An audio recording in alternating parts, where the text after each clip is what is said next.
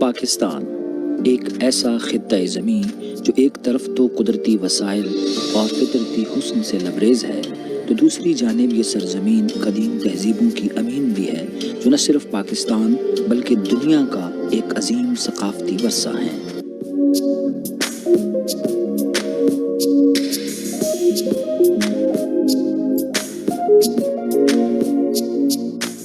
دنیا بھر کے سیاحوں کے لیے ایک خاص کشش رکھنے والی گندھارا تہذیب کے نقوش اپنے دامن میں سمیٹے یہ ٹیکسلا شہر ہے، جو ہزاروں سال پہلے تکششیلا کے نام سے پہچانا جاتا تھا، اور سنگ تراشوں کی اسی بستی میں گندھارا تہذیب کئی صدیوں تک اپنی پوری آب و تاب کے ساتھ جلوگر رہی۔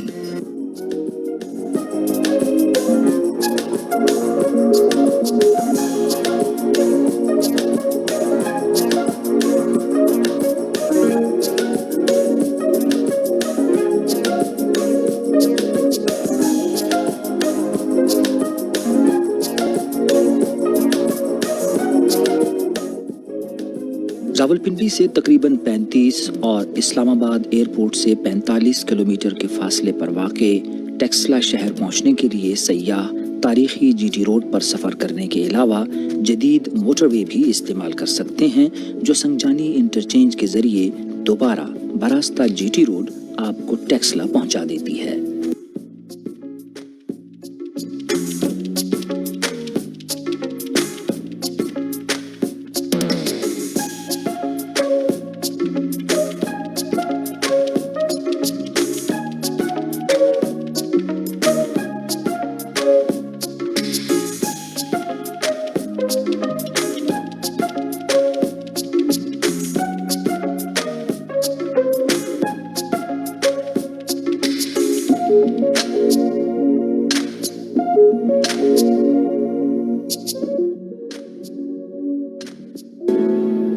ریل گاڑی کے ذریعے آنے والوں کو راولپنڈی ریلوے اسٹیشن سے گولڑا شریف اور پھر گولڑا شریف سے ٹیکسلا پہنچنا ہوتا ہے۔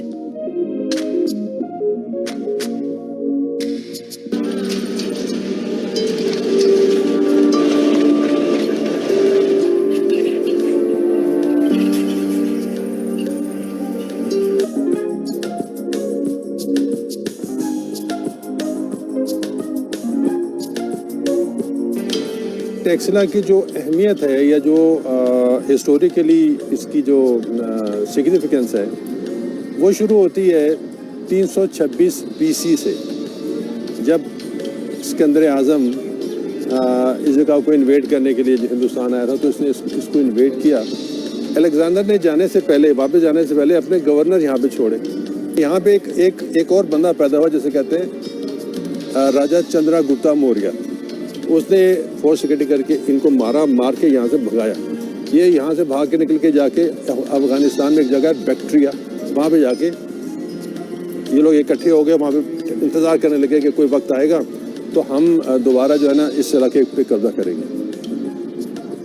خیر، ان دا مین ٹائم راجا چندرا گپتا موریہ نے اپنی حکومت یہاں پہ اسٹیبلش کر لی، اور پھر اس کا جو گرینڈ سن تھا نا، جسے کہتے ہیں راجا اشوکا، ٹھیک ہے، اس نے کیا کہتے ہیں for the first time in his life ایک نیا مذہب جسے کہتے ہیں بدھزم، اس کو ڈکلیئر کیا کہ یہ جو مذہب ہے نا یہ ہمارا اسٹیٹ ریلیجن ہوگا۔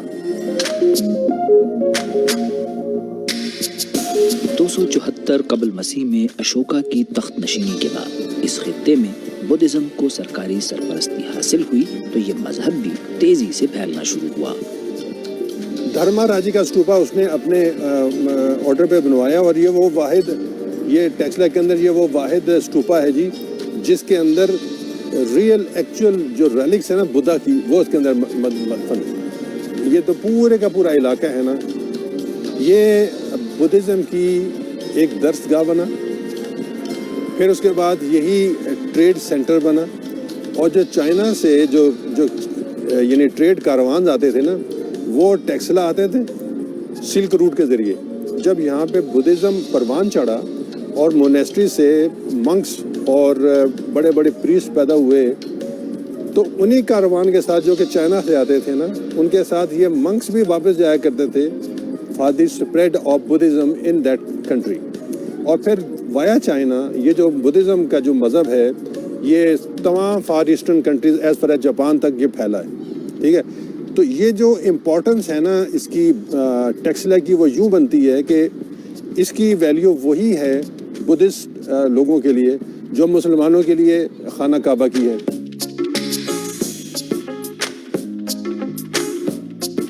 دوسری صدی عیسوی اس خطے میں بدھزم کی کوکھ سے جنم لینے والے ایک ایسے فن کے آغاز کی صدی ہے جس کے سوتے تو یہاں پہلے سے موجود سنگ تراشی کے ہنر سے ہی پھوٹے, مگر دنیا نے اسے گندھارا آرٹ کے نام سے پہچانا.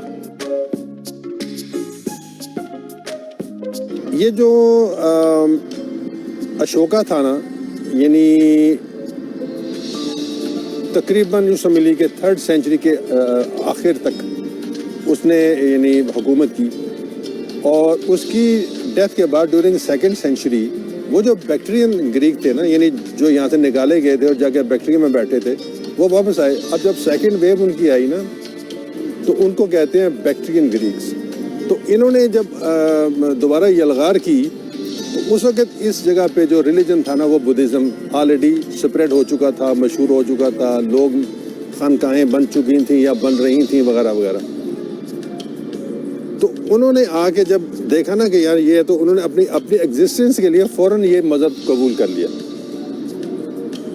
مذہب جب قبول کر لیا تو پھر پیٹرنیج بھی وہی سرکاری جو کہ چل رہی تھی انہوں نے دینا شروع کی.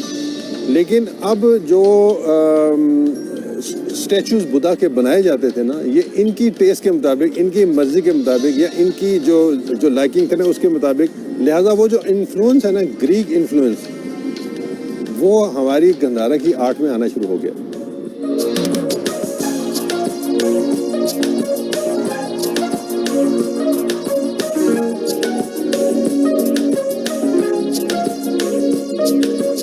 جب الیگزینڈر 326 BC میں آیا تھا تو اس وقت جو شہر یہاں پہ آباد تھا اسے کہتے ہیں بھیڑ ماؤنڈ. وہ ٹیکسلا کے ساتھ ایک چھوٹا سا شہر ہے جس کے پلاننگ یا ٹاؤن پلاننگ جو ہے وہ ایسی جیسے آج کل ہمارے دیہات ہوتے ہیں نا, مطلب کوئی اتنا زیادہ وہ ہے نہیں. لیکن جب 2nd سینچری BC میں بیکٹرین گریکس آئے تو انہوں نے اس شہر کے ساتھ ایک نیا شہر بسایا جسے کہتے ہیں سرکپ.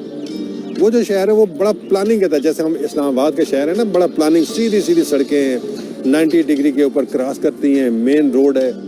سرکپ کی مرکزی شاہراہ کے دونوں جانب دکانوں کے آثار, نکاسی آب کا انتظام اور کشادہ گلیوں کی موجودگی ہزاروں سال پرانے اس شہر کے باسیوں کے مہذب طرز بود و باش کی عکاسی کرتی ہے.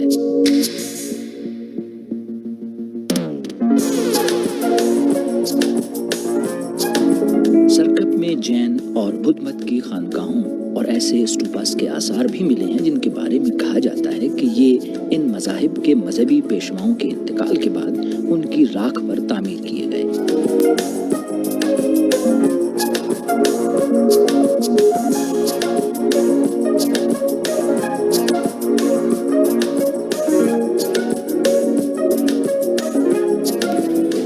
ٹیکسلا کا تیسرا اہم شہر علم و آگہی کے فروغ کے حوالے سے جس مقام کو عالمگیر شہرت حاصل ہوئی وہ ٹیکسلا میوزیم سے تقریباً 7 کلومیٹر کے فاصلے پر واقع جولیا کی یہ درسگاہ ہے. جولیا میں دنیا کی اس قدیم درسگاہ میں بدھ مت کی تعلیم حاصل کرنے والوں کے لیے یہاں رہائشی کمرے بھی بنائے گئے تھے, جبکہ مطالعے کے لیے الگ سے کمرے بھی تعمیر کیے گئے.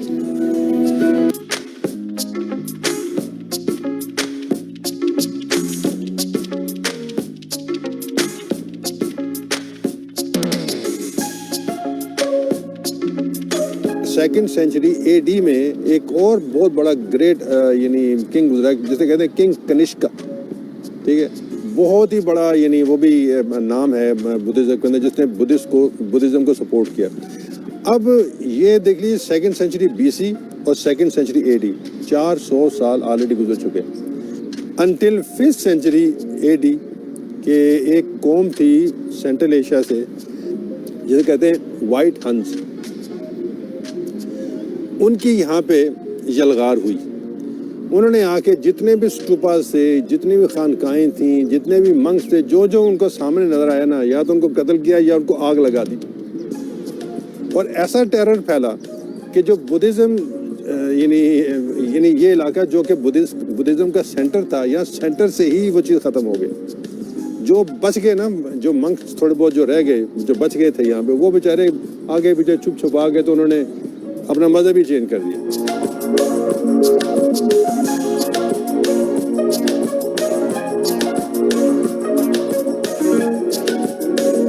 اس خطے میں صدیوں سے مروجہ بدھزم کا خاتمہ ہوا, وہیں گندھارا آرٹ بھی دم توڑنے لگا.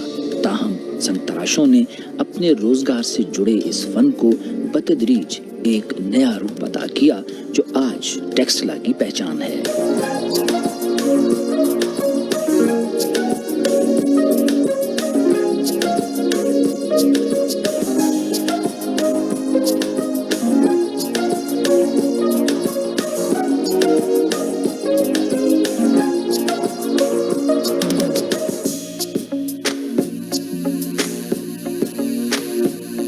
گندھارا تہذیب کی حیرت انگیز داستان کی گمشدہ کڑیاں دریافت ہونا شروع ہوئیں تو انہیں آنے والے زمانوں کے لیے ٹیکسلا کے اس عجائب گھر میں محفوظ کر دیا گیا.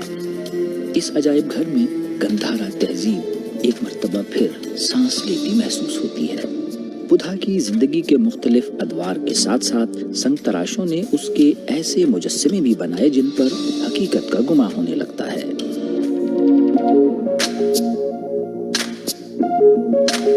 گندھارا تہذیب سے تعلق رکھنے والی گھریلو استعمال کی یہ اشیاء, زیورات, سکے اور اوزار جیسے بھولی بسری کہانیوں کے کردار ہوں.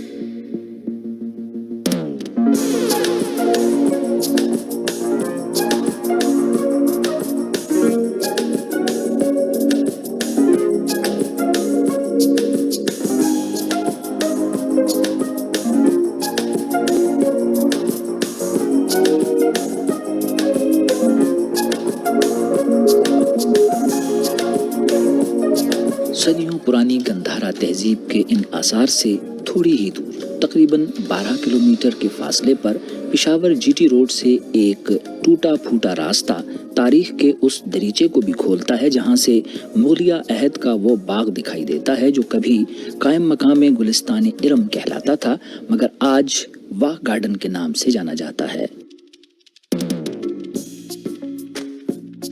1581 میں یہاں مان سنگھ نے ایک حوض اور بارہدری بنوائی تھی. 1639 میں شہنشاہ جہانگیر نے کابل جاتے ہوئے یہاں قیام کیا تھا اور اس عمارت کی از سر نو تعمیر کا حکم دیا.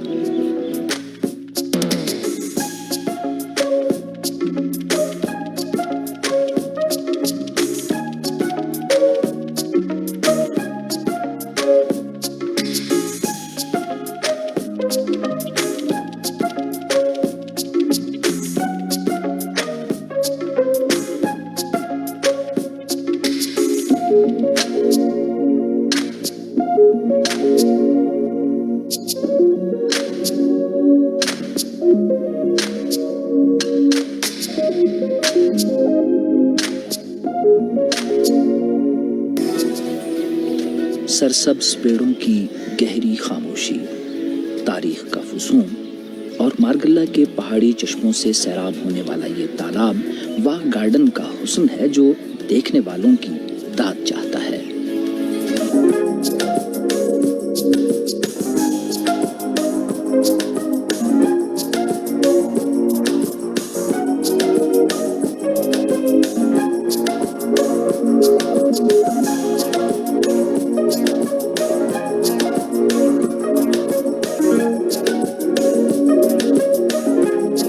تاریخی اور سیاحتی مقامات پر ہونے والی اصلاحات سے یہ شہر ملکی اور عالمی سیاحوں کی ترجیح اول بن سکتے ہیں اور پاکستان کو دنیا بھر میں سیاحت کے لیے ایک انتہائی موزوں ملک کے طور پر متعارف کروا سکتے ہیں۔